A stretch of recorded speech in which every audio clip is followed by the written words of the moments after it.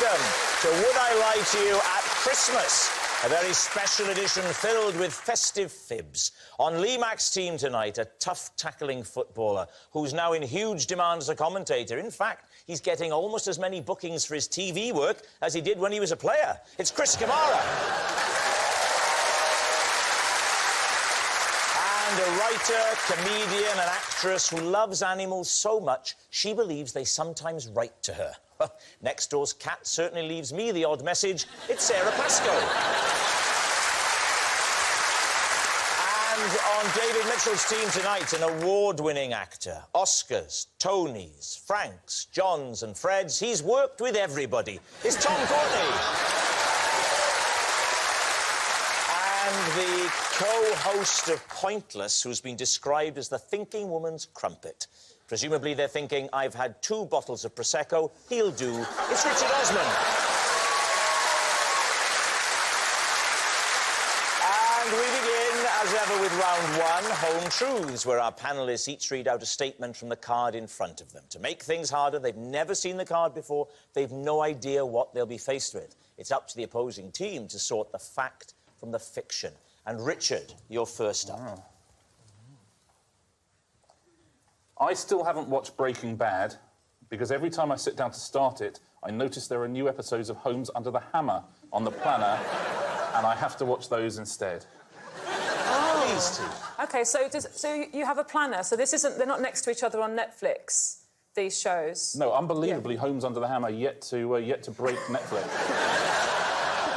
I've genuinely never seen it. What happens in Homes Under the Hammer? So there's 3 houses each time, and they're all being sold. You see who buys them, and then they say, we're going to come back in 6 months' time to see what they've done to the house. Whoa. They renovate the house? You know, when I describe it, it doesn't sound as amazing as when I watch it.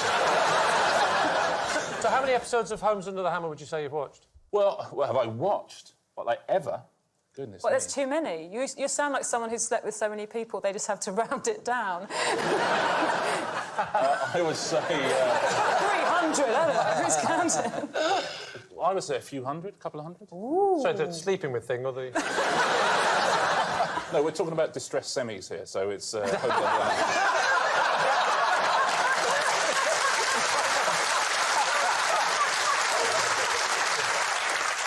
Give us the summary of your favourite episode.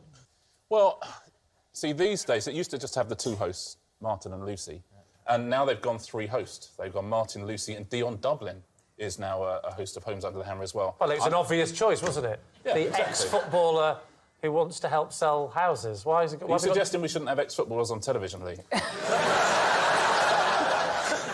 You're a football fan as well, right? Yes, I am. If you saw Dion Dublin, would you go, wow, it's Dion Dublin that used to play for Man United? Or would you go, wow, it's Dion Dublin, the bloke who presents Homes Under the Hammer? Oh, don't. Don't, Rob, you haven't. Your hands are so big that when you did that, I felt a draft as well. That was incredible. So, Lee, what are your team thinking? Do you think this is true? First of all, do you believe he watches Homes Under the Hammer? No. What? Do you believe... You think he's made all of that up? He's too clever for that. The thing about Richard is he is very clever, but he's like high culture, low culture. He's one of those very well-educated, stupid people. You know. Do you know what? At 7'2", I bet you've never had to say that before. So you're saying it's true? You think it's... I have to go with Sarah, then. I think it's true as well. You're going with true? Yeah. OK. Richard? It is... a lie.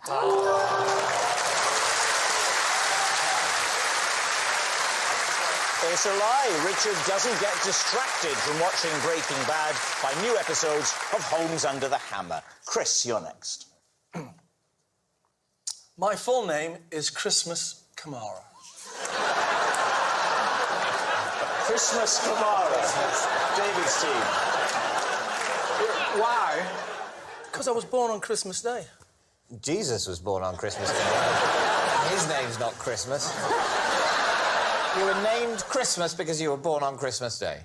That's... Yes, what happened is my mum was having me at the time. Yeah.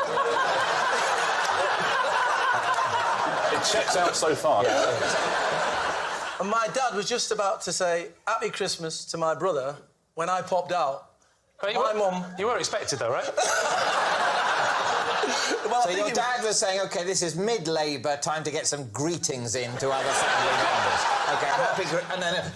Then all of a sudden I popped out and my mum thought I've heard the name Christmas, so she went... Well, that is the rule, isn't it? That the first noise that the father makes when a baby comes out just is the name, isn't it? Well, my brother was born on St George's Day, mate. April the 23rd, is it? And... He's called Red Cross. Yeah, he's called George. And there's your sister, Pancake Tuesday.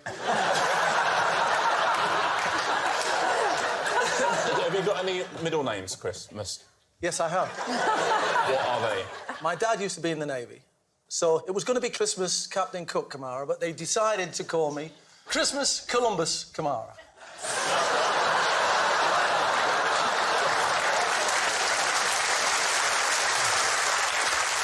Why Columbus? Because my dad was in the Navy. Yeah, was he in the Spanish Navy in the late 15th century? He was always his hero when he was a kid. Right. OK, so what are you thinking, David? Well, what do you think, Tom? I'm still thinking about it. Richard? I'm really waiting on Tom's verdict, I have to say. David, what about you? I don't believe it. No, I don't either. I think it'd be very nice, you know, on the Christmas special to have someone whose name was Christmas, but... And it saves us from booking Noel Edmonds. I think... But I just don't think... I don't think Christmas is really a name. All right, so you're saying it's a lie? Yeah. OK. Christmas. Truth or lie? It's a lie. Yes, it's a lie. Sarah, you're next. As a child, my Christmas was once cut short when my mum took the decorations down halfway through Christmas Day. David's team. Oh, right, this... Thank you. Was she always down on Christmas, or was... What happened this year? Well, this year in particular, Yeah. just halfway through Christmas Day, she's like, I've had enough. We've done the presents. Had you done the lunch? Yeah, we've done lunch. So let's just... What was the time? 2:30. OK, so pre-Queen. Oh, we don't do the Queen in my family. I'm so sorry, David. You don't listen to the Queen? No. Did it become... I mean, she's the head of state. 8 minutes a year, you know, and 6.5 if you skip the bit with the trumpets. Was it a great dramatic gesture, or was it sort of... It was quite dramatic because were the things were on the ceiling? And it's taking the tree down and putting a plastic tree back into a box. The stuff on the ceiling, did she have to get a ladder? We didn't have stuff on the ceiling. Well, you had no tinsel light round the room. No. Oh, this was hardly a Christmas, wasn't it? You don't watch the Queen's speech. I expect you were having a pizza. You're having a pizza and she put the fake tree away like an umbrella. Fine, pop that away. This is barely worth hearing about.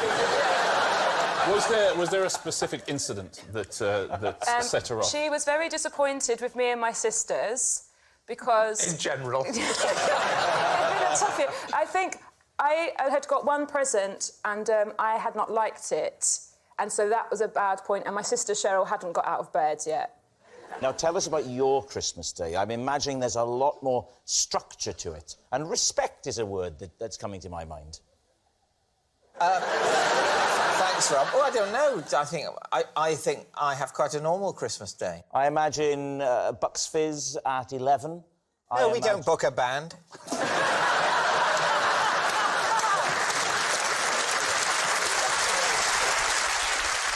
So, David, what is your team thinking? Could this be true? Yes, it's heartbreaking. Completely rings true, I think. What do you think, Tom? Well, whatever I think would be wrong, so... Well, that could be... If that's 100%, that's very useful. I'd ask her. What do you think, then? Well, I'd go with Tom, really. I've had an insight. Tom's had an insight, Oh, okay. Yeah, I think she's not telling the truth. Oh, what... Why do you think that? I don't know. It just came over me. Right. I think she's telling the truth. But it's quite easy to know who to side with here. I literally sit at home all day watching Homes Under the Hammer, and you're next to a Knight of the Realm. Yeah, but I'd go with him if I were you.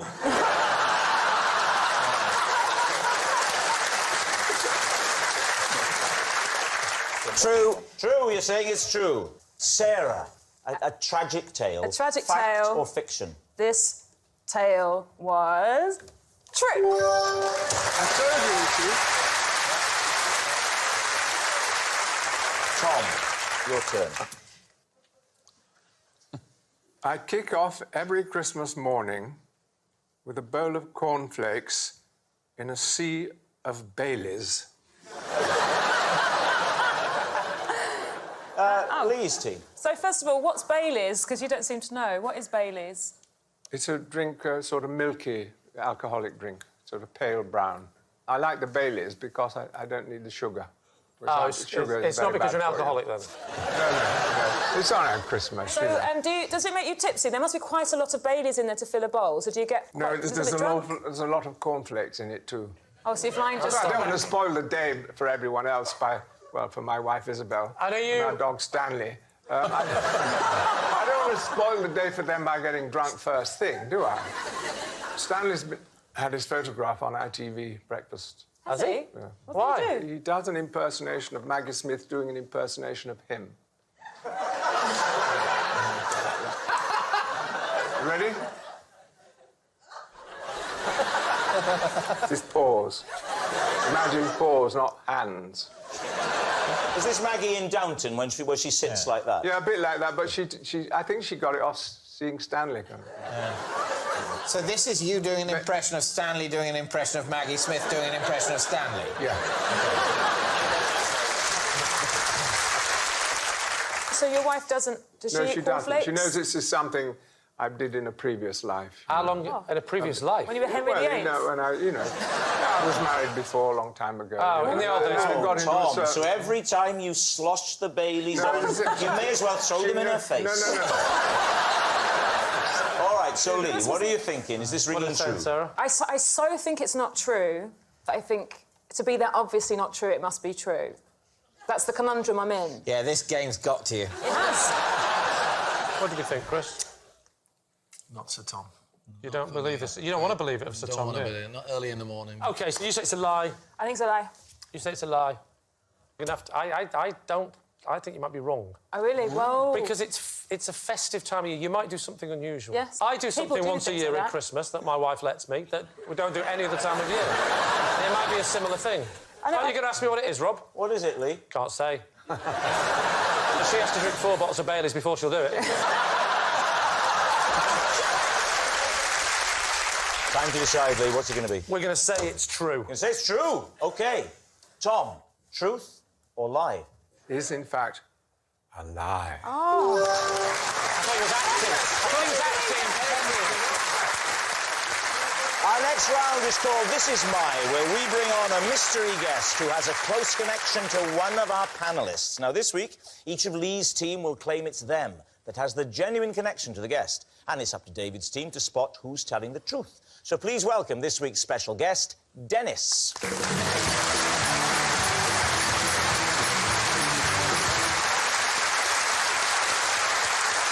So, Chris, what is Dennis to you?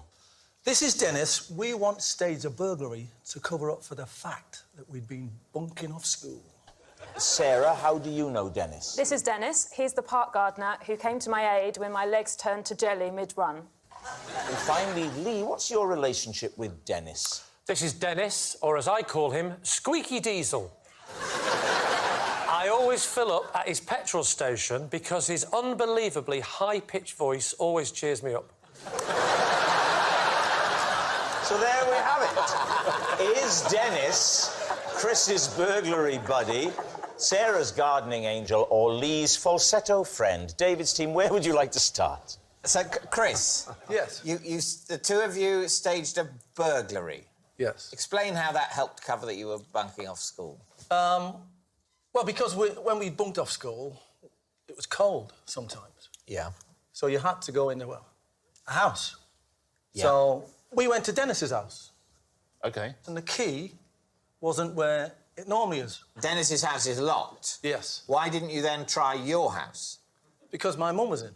OK, good answer. So I climbed up the drain pipe to get in the house. Right. So what... Because there was only a window open, sorry, on the second floor. And you got in that way successfully, or not? No, not successfully. OK. To try and get the window latch down, which is down there, with my hand, my knees have gone through the window. Right. Did it draw blood? No. Everything shattered that way. Shattered that way. Was it made out of windscreen glass? So I went downstairs to let... Why hadn't Dennis. Why Do you remember his name? Your old school friend? Why hadn't Dennis... It's Dennis's house. Why were you having to do the climbing? Good question. I know why, because Dennis... Don't say it like you've just thought of it. You've got to act in this show. Dennis climbed up the drain pipe first. Right. Right? But his arms are not as long as mine. So when he put his arm through the long latch window, he couldn't quite reach it. So, you climb in, you go downstairs, you let Dennis in. What happens then? Well, we then realise Dennis is going to be in trouble with his mum and his dad when they get home from school. So... Were they at school as well? were they slow learners? They were teachers. Or they were teachers? At the school that you went to? Not at our school, no. So what do you do then? So Dennis came up with this great idea of making it look like a robbery. So he said, let's break into the gas meter. Murder a postman. Scatter his body parts around. We wish you a Merry Christmas. I think he used the screwdriver. Flicked up the corner flap, put his hands in and got the 50p's out, and then we were gone. What did you do about finding somewhere warm to... Did you use the 50p's to get a hotel room? All right, who next, David? Sarah. Yes? Tell the story of your encounter with Dennis. I'd been out drinking alcohol with friends. I was over 18 and it was fine. But my friend had given me this advice that if you exercise first thing in the morning, you sweat it all out and then you feel you don't have that hangover thing. So I ran from my house to the park and then I was just starting to go round in a loop and I was going to be so ill. I just kept thinking, be sick in a bin. No, don't be sick in a bin. And I was really desperate for water. And anyway... This is like listening to Paula Radcliffe. I was so concentrating on not being sick, I didn't realise my legs had gone to liquid. And then I just had my face in the grass. And I was thinking, I'll just stay here, hopefully. Everyone will think I'm a dead body. And what did Dennis do? Well, Dennis came over and took my pulse. So that I could kind of feel... Bit sinister. So did you say... No. What was Dennis doing in the park? Was He works there. He's a park gardener. He's a park gardener, like Greenwich Percy the Park. Park Keeper. Percy the Park Keeper? You've not read that? No, have you? Yes. What is it? It's a children's book. Why are you reading it, then? Because I'm a father. He's got to have something to do when he's allowed to see them on a Friday. So he's taking your pulse. What happens then? Well, he kind of took me up and walked me to a bench and then went and got me some water from the little hut where he works. A lovely man. I'm going to write a series of kids' books. All about him. Not sure it's the right market. Dennis the Menace has got a different ring to it now. Right, what about Lee? Lee is Squeaky Diesel. So where is this petrol station? It's about a mile from my house. So it's also convenient. Oh, yeah, I mean, it's not so high-pitched that I'd drive to Harrogate. OK, fair enough. Can you give us an impression of how... Well, I could try and do an impression, but Obviously, it won't be as I find good as... impressionism is for the lowest form of entertainment. Shall I play you? Like, if I be you in your car, would that help? Can you do impressions of me? Can you... Oh, all right, I'm Lee Mack. The Diesels running... See, look, everyone thinks it's hot. It's good with the way you said, I'm Lee Mack, That because helps that a lot. clarifies who you're trying to be. Did you come up with the name Squeaky Diesel? I was that one, yes. And does Dennis know that? He does now. But he didn't before. No, he has no idea what he's doing on the show tonight. I just told him, come along, I've got a free jumper for you. You know what he said? It's very kind, thank you very much.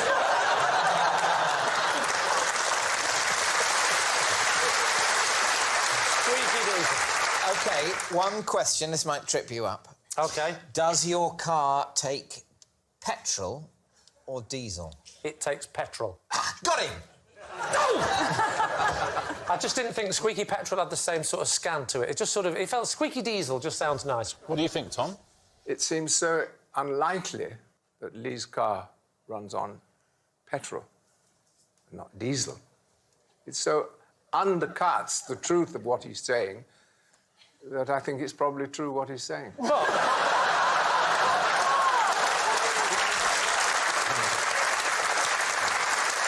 So, we need an answer. David's team. Is Dennis Chris's burglary buddy, Sarah's gardening angel, or Lee's falsetto friend? Tom, what do you think? Now, what do you two think? Well, I was very taken with your Lee... It's became such a bad mistake, wasn't it? But Sarah didn't like it when we were taking the mickey out of Dennis. Maybe that... There was a bit of feeling there, yeah, wasn't a bit there? like, genuinely, this man has helped me in the she park. But maybe it was just, you know, acting... If it turns out you're lying, Sarah, Tom thinks you're a good actor. Yeah. If you're telling the truth, he can take or leave your performance. I mean, I, personally, the one that rang true the most was Cammy's, I felt. Really? Yeah, did you not? Really? No. No, I didn't. I've just ruled out Sarah. Oh, yeah.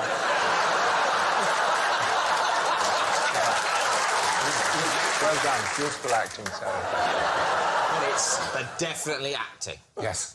Richard, would you like to rule anyone out? Yeah, I would rule out Lee, I think. OK. Well, I mean, that's very easy, then. If you're ruling out Sarah and you're ruling out Lee, I'll rule out Chris and we can move on. It is time to make a decision. So you think... Sarah. It's Sarah. OK, you're saying it's Sarah. You're saying it's a good man. I'll be so unhappy if I'm wrong. If I'm wrong, Christmas is over. OK, they're saying that it's Sarah. Dennis, would you please reveal your true identity? Yes, I'm Dennis, and Chris and I staged the burglary together.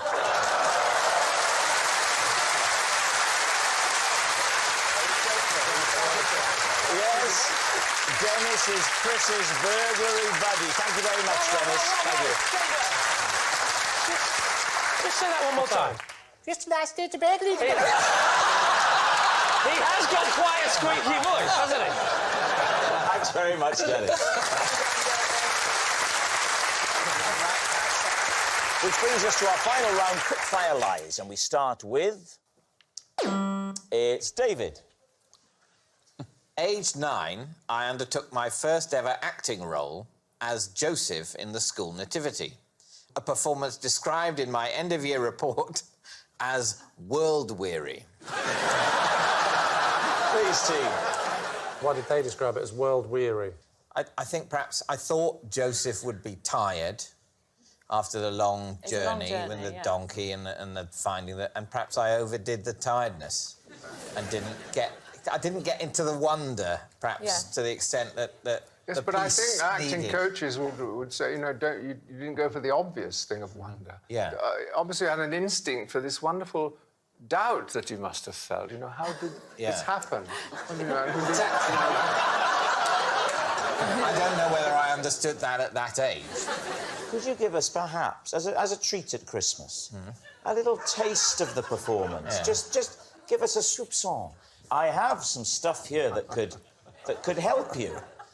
Let's see. You can be the three kings. Oh, lovely. OK. Pass them along. There, pass them along. Now then, imagine it was Joseph and Mary arriving. So why don't, Richard, you could be Mary. Thank you, that's very kind. There we are. Would you like to be a shepherd, Sir I'd very Tom? much like to be a shepherd. All right, you know what to do with it. Here's the baby. Now, remember, you've got to hide baby Jesus. He doesn't appear until later in the script. Yeah, well, I think that's Mary's I know job. exactly where to hide that. Yeah. Something for David. There we are. And then Tom, would you mind holding the star as well? Yeah. I'll be Father Christmas as the innkeeper. All right. You haven't arrived yet. No. What, do you mean in my career? Oh, no, that's been and gone. Oh, So...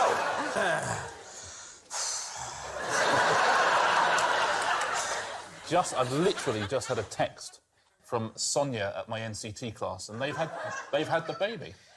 All right. Look at me still. Richard, I think you're getting the period a little bit wrong.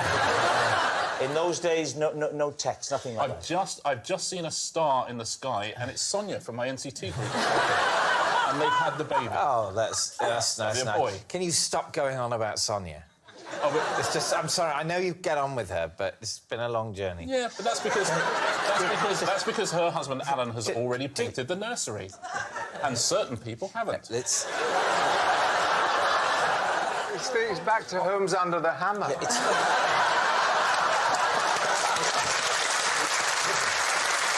I'm sorry. I'm very... you know, I found the whole thing very touching. But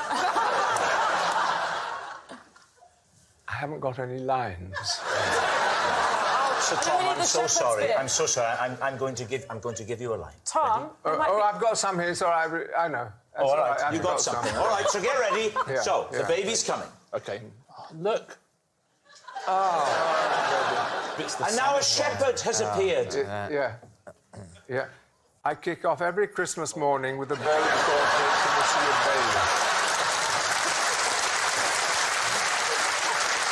Well, there we are. Now, there's our performance. So, are you believe that David was a world-weary Joseph at 9 years old?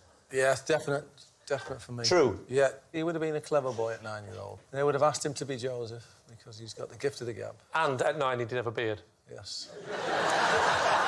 It was harder for Richard to get the part of Mary because he was that height at 9. But, like, it's impossible for you to get the part of one of the wise men.